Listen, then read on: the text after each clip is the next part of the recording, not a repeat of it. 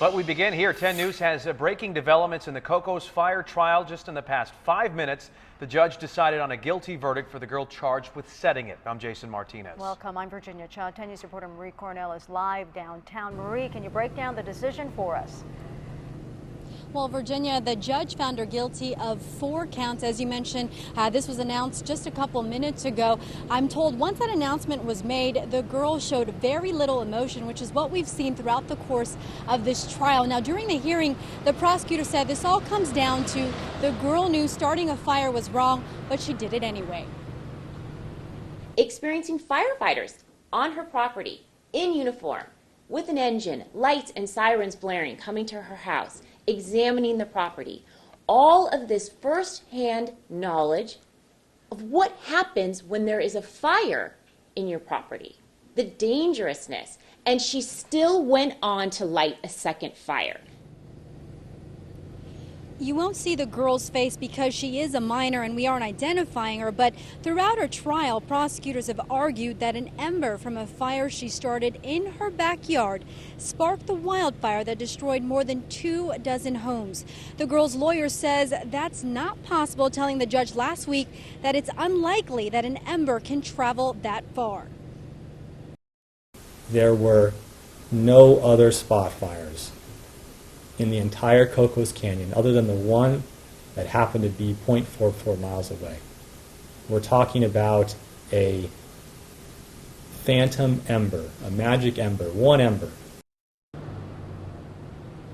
Now, as you heard, the judge did not believe that defense. He did find this teenager guilty of 4 counts. We do have a crew inside of the courthouse as there are some victims from that fire that are here. We're hoping to bring that to you coming up in 30 minutes. Live from downtown, Marie Cornell, 10 News. Thank you, Marie. In this case, it really came down to that distance, whether the ember could travel about half a mile, and obviously the judge believed that argument. Yeah, and joining us now, defense lawyer Jan Ronis. First of all, Jan, let's get your reaction to this verdict.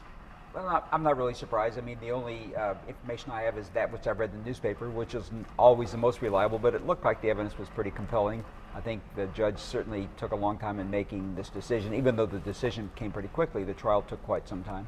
Can you put in perspective for us, the young woman in question, she was 13 at the time last year, she's 14 now, sort of the challenges of trying to make a case against someone so young, and how we go forward from here now that this decision is here? Well, the challenge in proving a case against a minor really isn't that much different than against an adult. The challenge really is to fashion a sentence which is, number one, will protect society, maybe you do adequate deterrence, and it's sufficient punishment for her conduct.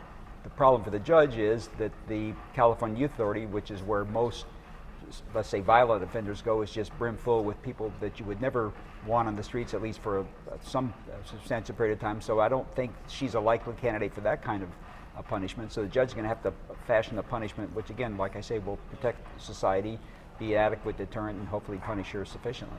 Playing Monday morning quarterback now, would you have done anything differently if you were representing this young lady? Well, it's always tough to play Monday morning quarterback. It looked to me, just from a professional point of view, that the evidence was pretty compelling. Normally these kinds of cases resolve. By far the majority of them do. I thought it was somewhat unusual given what I thought the evidence to be that it did go to trial, but like I say, I wasn't there. Yeah.